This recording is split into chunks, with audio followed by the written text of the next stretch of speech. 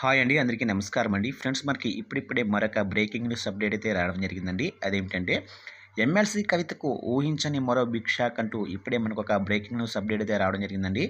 అయితే ఇందుకు సంబంధించిన పూర్తి వివరాలైతే మన వీడియోలో తెలుసుకుందామండి.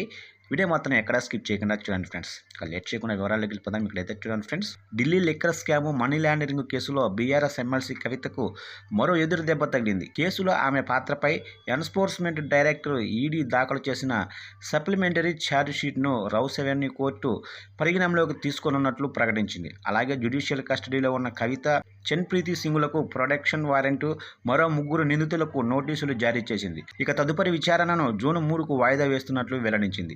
ఈ తేదీన కవిత, చరణ్ప్రీతి సింగులను కోర్టులో హాజరుపరచాలని జైలు అధికారులను ఆదేశించింది.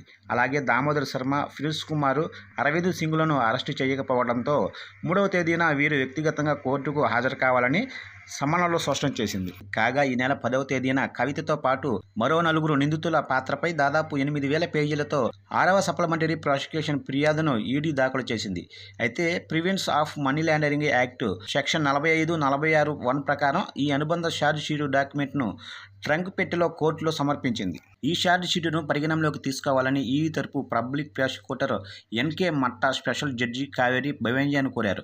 అయితే కవితను అరెస్టు చేసిన 60 రోజుల ఇన్ టైంలో ఆమె రోల్పై ఛార్జ్ షీట్లో సవివరంగా పొందుపరిచినట్లు తెలిపారు. అయితే ఈ ఛార్జ్ షీట్ను పరిగణనలోకి తీసుకునే అంశంపై ఈ నెల 20వ తారీఖున వాదనలు ముగిసిన స్పెషల్ జడ్జి కావేరి బవేంజా తీర్పును బుధవారం 29వ తేదీకి రిజర్వ్ చేశారు. ఈ తాజా ఉత్తర్వుల్లో ఈడీ దాఖలు చేసిన సప్లిమెంటరీ ఛార్జ్ షీట్ను పరిగణనలోకి తీసుకోనున్నట్లు స్పష్టం చేశారు.